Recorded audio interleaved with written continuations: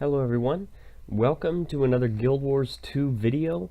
In this video I just wanted to talk about some of the changes from the recent Wintersday and mini balance patch.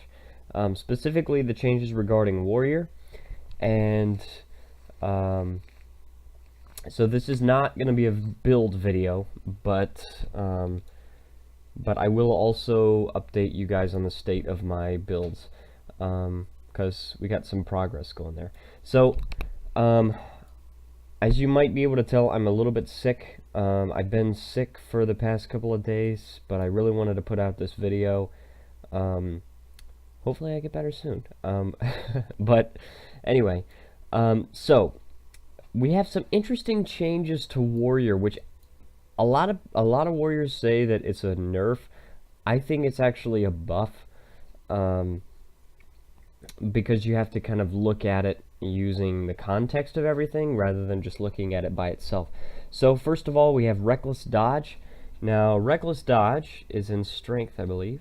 Yes, Reckless Dodge is where you damage foes at the end of a dodge roll, and they added a thing. They added like a skill indicator for called Reckless Impact, where it tells you exactly how much damage it does, and also it now grants 1 stack of might for 5 seconds for each foe struck.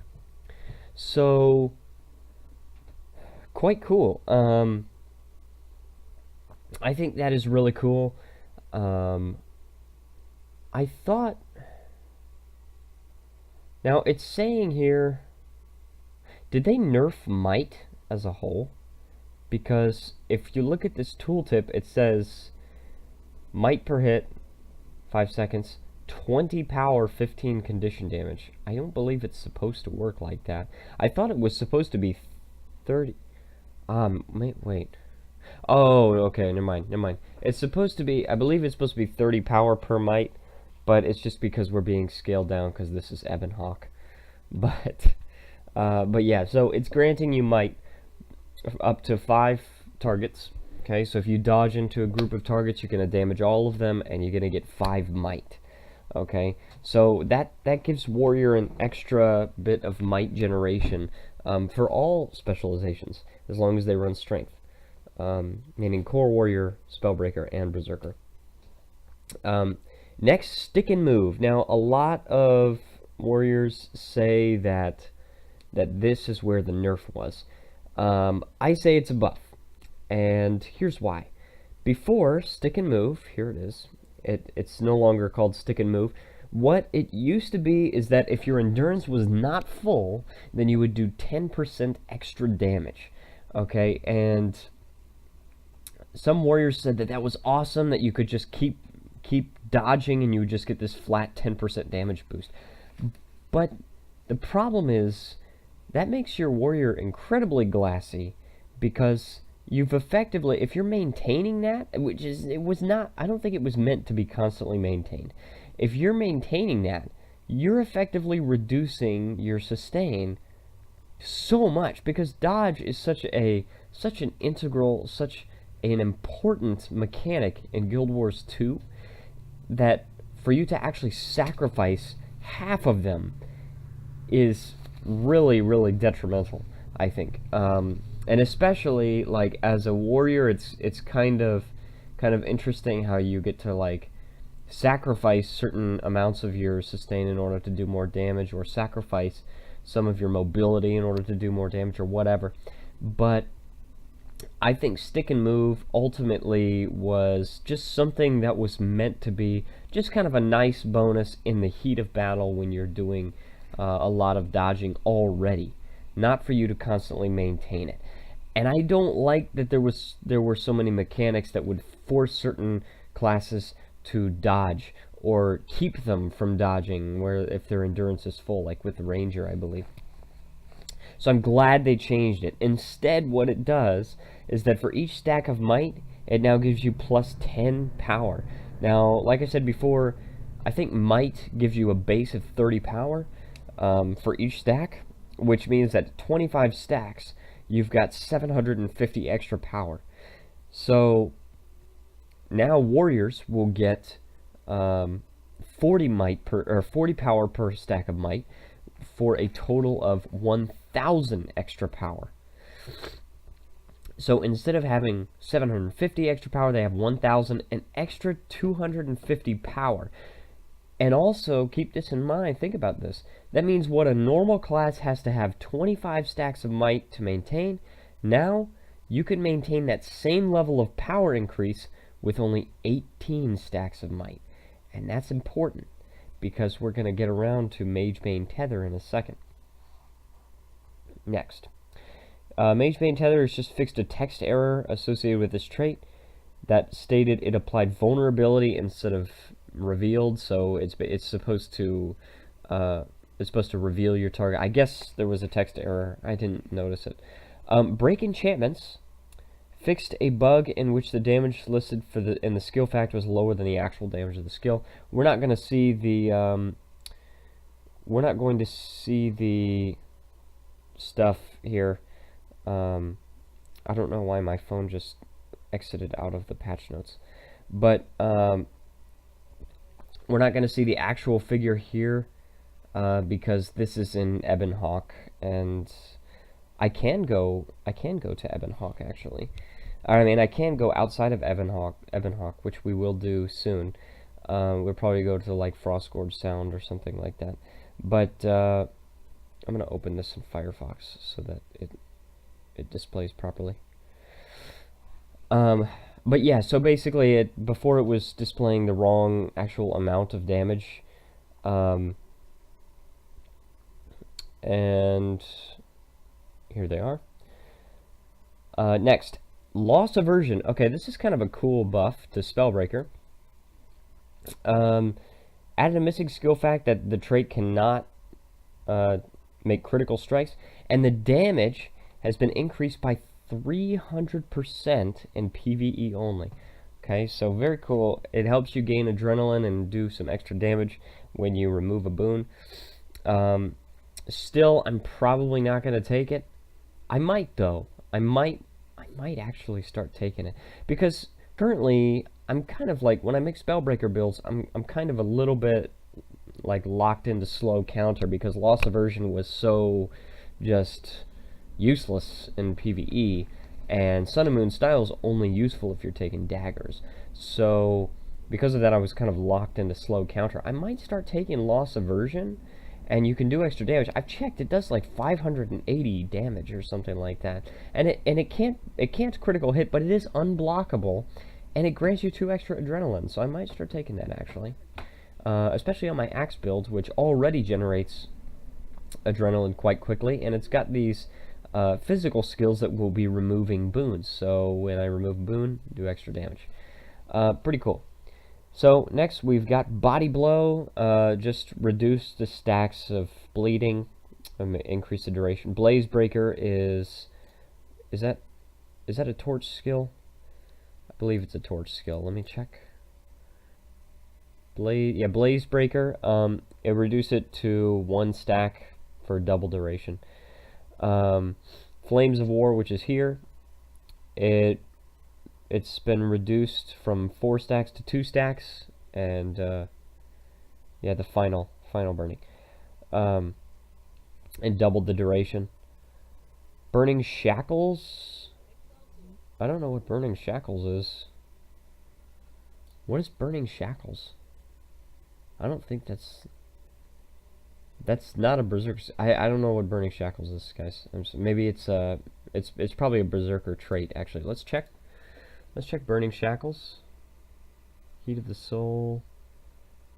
King of Fires. No, actually. Berserk. No. I have no idea what Burning Shackles is. I have no idea. Sorry, guys. But it's just Condi changes from 3 stacks for 3 seconds to 1 stack for 10 seconds. Rending Strikes. Okay, this one is in arms. I'm just going to show you guys in arms. It's been changed to Sundering Burst. Okay, before it used to give you, on critical hit, it would give you a 33% chance to inflict vulnerability. But it's been changed where it now causes burst skills to inflict 5 stacks of vulnerability. and an additional 5 stacks if that attack is a critical hit.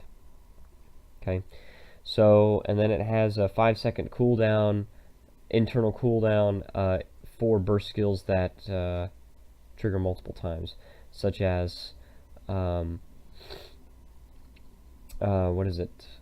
The sword burst skill, I believe, and then there are a couple other ones, I believe, that attack multiple times. And then Might Makes Right has definitely been nerfed. A lot of warriors are very, very upset about the Might Makes Right change. Instead of gaining 5 endurance per stack of might, you now only gain 2. But guys, this endurance pool is 100, which means that you would still have to grant yourself 10 might in order to gain 1 dodge. Now, you have to grant yourself 25 might in order to gain a dodge. Guys, first of all, you've got extra might generation from the reckless dodge here. Second of all, you can use restorative strength. Third of all, you can use forceful greatsword to generate might. It's really not that big of a deal. And plus, the main appeal of Might Makes Right is not the endurance. The main appeal of it is the healing. I speak for this with my Doliak Spellbreaker in mind. My Doliak Spellbreaker uses Mage, Bane, Tether, and that applies 3 might per second for 8 seconds. Okay, so it's applying that healing. Okay, so it's giving you almost a full extra dodge. That's really good. And think about this. They changed stick and move, which means you don't have to sacrifice a dodge in order to get a damage boost. It's really not, I don't think that's that big of a deal. It's really meant to be, to center around the fact that the main appeal of Might Makes Right is meant to be the healing. So, that's what we've got. Those are basically all the changes to Warrior. Then there was also a bug fix where Winds of Disenchantment, for some reason, did not count as an elite skill for certain runes. Yeah, and then a few minutes ago there was another patch that was just like a big bug fix. So that's all the changes to Warrior. In my opinion, it is a buff to Warrior, because now when I get Might, I've already noticed that my DPS has been increased. It's I've been doing a lot more damage when I've been doing fractals. I did my daily fractals today, daily tier 4 fractals, and I do a lot more damage. Okay, especially like, okay, Eviscerate. Like, Eviscerate is going to grant you 5 might. Okay, and before that would give you 150 power. Now it's granting you 200. What? Maybe 210? Is it? No, because it grants plus 10 per thing. So it would be 200, right? Yeah, 200 extra power instead of 150. And so, because of my equipment, you can't see it very well here, but because of my equipment, I've been able to get above 3,000 power. Just absolutely insane. And I think that's really what Warrior is meant to be about. Warrior is meant to just be about raw strength, raw damage, because the other classes are not meant to be about that, right? There's Guardian, which is meant to be kind of strong, but meant to really be protective and things like that. And the Revenant has got heavy armor, but he's meant to kind of like channel legendary things, and he's more of a magic user. And then the only other physical classes that there are like Thief, which is meant to be more stealthy and less purely strong. And then there's Ranger, which is meant to attack mainly from range. And then there's Engineer, which uses gadgets and stuff. But Warrior is meant to be raw strength, in my opinion. And strength, and also support. And strength is the strength trait. I mean, the strength trait is the trait you want to go if you want to do raw damage. And I think that's an amazing build if you want to be a power warrior. It's an amazing trait to take if you want to be power warrior. Basically required, I think. So Overall, I think it's a buff, super buff. And yeah, so first of all, I'm going to another thing I want to share with you is a basic rotation for my axe build, because this is basically my favorite warrior build right now. I've got a couple of them that are still in the works, but this is the one that I've been using and the one I most often use in Fractals, especially because I have full gear for it. But yeah, so basically it revolves around dual axes and physical skills and everything. You could check out the build video on my YouTube channel if you want the specifics of the build. But basically you use Bull's Charge, and that's going to make you charge into a fight. And then you use Axe 4 to give yourself quickness, and then Axe 5 to make you do those 15 hits, all doing plus 33% damage from peak performance, and then all the while doing quickness, which means that it's going to actually trigger faster than 3.5 seconds. It just makes your damage spike insanely high. And then after that, you will usually want to use Eviscerate to grant yourself extra might, get yourself the Berserker's power, stuff like that. If you need more adrenaline, which you probably don't, but sometimes you don't hit with everything, so you need to get yourself a little bit more adrenaline, then you can use like Throw Axe. Throw Axe does a lot of damage if they're low on health, or perhaps you can do Cyclone Axe, which will give yourself Fury, and you can gain extra crit chance, which if I get plus 20% chance to crit, I think it brings me up to like 90% when we're not scaled down into nothingness. And then you can trigger Full Counter, and that can give you an extra Berserker's power thing. Also makes you gain endurance, and then it also recharges Eviscerate. So then probably by then your dual strike will have been recharged, and you can use Eviscerate again. And it's kind of complicated there, but the basic part of the rotation is just that you want to do Bull's Charge, and then Axe 4, and then Axe 5, and that's where your damage is going to spike the most. And then probably after that, your peak performance is going to be done. You probably want to do Kick to trigger the peak performance again. The important thing to note about peak performance is that it increases your damage by 33%, and the skill does not actually need to hit in order to proc. So even if you're kind of far away from the target, you can still use Kick or something like that, and it will still trigger even if it gets blocked or even if it doesn't hit. So that's that. Next, I wanted to share with you a quick update on my armor sets. So as you can see, I've got a lot of armor sets. Currently I'm mainly working on two different ones. I'm working on the soldier's gear for my Doliak Spellbreaker, which continues to be one of the most fun Spellbreaker builds I've played. Right up there with my axe build. The problem is just that I don't have all the gear for it. So I have two ascended pieces of armor here, both infused, but I still need 4 more: the helmet, the shoulders, the gloves, and the boots. And but they're all the right gear set at least. And then as for the trinkets, I've got an ascended amulet, both ascended rings. I still need to actually infuse this one, so it has 3 slots. And then I've got both accessories. And then I'm still working on the back piece, which is probably going to be a relic of Melandru. I've got all the Orion pearls. I just need to get like about 60,000 more karma, and it's quite difficult to farm for karma. Usually I just do it off of my fractals, which gets me a pretty good amount of karma each day, but I'm not there yet.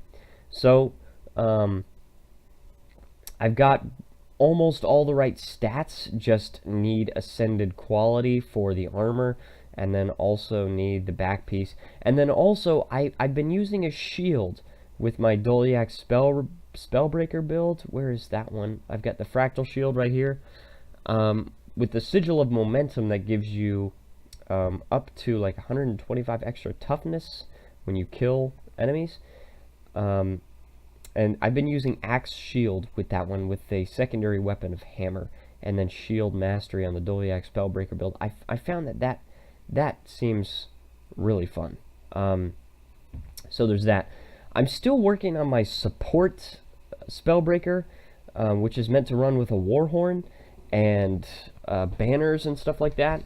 And so for that, I'm using Harrier's gear.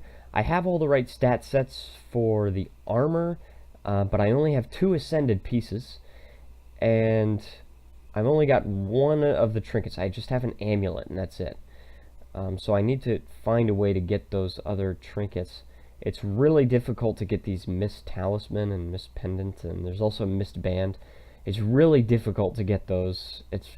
I mean, it's really more time consuming than anything, because they take 100 pristine fractal relics. But yeah, very, very annoying to try and get those. But I'm working on it. The Harriers is going to happen much later than the Soldiers stuff. And then the other one that I'm sort of working on the side is a Commander's set, which is Power, Precision, Toughness, and Concentration, which is meant to sacrifice a little bit of the damage in exchange for gaining some toughness and also some boon duration. And the purpose for that is I want to be able to buff a lot of allies. I'm still working on a build for that, possibly for Great Justice.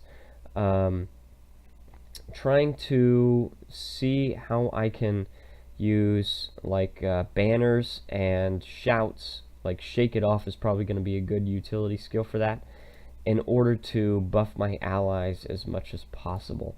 So probably going to use To the Limit as well for the healing skill, because that helps. It helps, first of all, gain adrenaline, and second of all, it helps your nearby allies gain endurance. So yeah, probably going to be using that for some kind of build for a commander, but still need the armor. Commander's armor is very difficult to get. I do have a Wanderer's piece of armor that does give you concentration, but instead of precision, it gives you vitality. So instead of power, precision, toughness, concentration, it gives you power, vitality, toughness, concentration. I don't know why they're kind of out of order there, but... And then I've also got to choose a rune set. I haven't chosen a rune set for it, but you know, there's a chance that maybe I could do these. Maybe I could do the platinum doubloons, and just apply 6 of those, right? Because then you would just get an extra 240 concentration, which is quite a bit. So you know, we'll see. We'll definitely have to see, but that's kind of in the future. It's really difficult to get Commander's armor, so yeah. So anyways, I want to thank you guys for watching. I hope that you guys can see these warrior changes for what they really are, which is overall, I believe, a buff to Power Warrior. If you can use it right, you know, if you're trying to spam your dodge, then you're not going to be rewarded like you were before, but I mean, still with Reckless Impact, but still.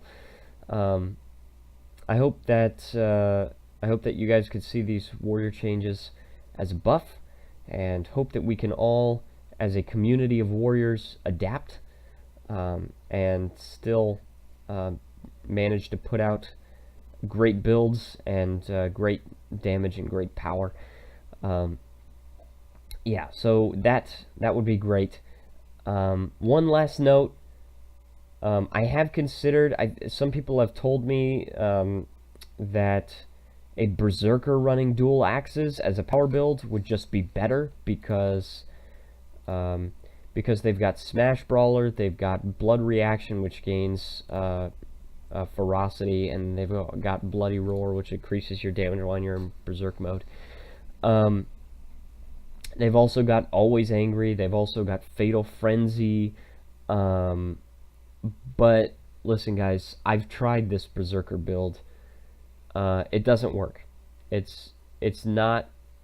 I mean, you could put out some damage, but it just doesn't work nearly as much as the Spellbreaker, because the Spellbreaker has a lot more might generation. It's got the you get to spend adrenaline quite often, and you get to actually proc Berserker's power quite often. And I've measured the damage per second, and the Spellbreaker build actually does a lot more, believe it or not. My Berserker build got, I think, a maximum of like 7k damage per second. Not on the Golem with all the artificial buffs. I'm talking about in the field. My Spellbreaker has gotten upwards of like 25,000 damage per second. In the field, and I gave both of those builds a fair shot, so no more telling me that Power Berserker is better than Power Spellbreaker, because I just don't believe you. Anyway, I want to thank you guys so much for watching. If you enjoyed, feel free to subscribe, feel free to donate Bitcoin, Litecoin, Dogecoin, anything you want, or become a patron. That would be much appreciated. And if you want to join the guild, feel free to message me. This video has gone on way too long, but I will see you next time.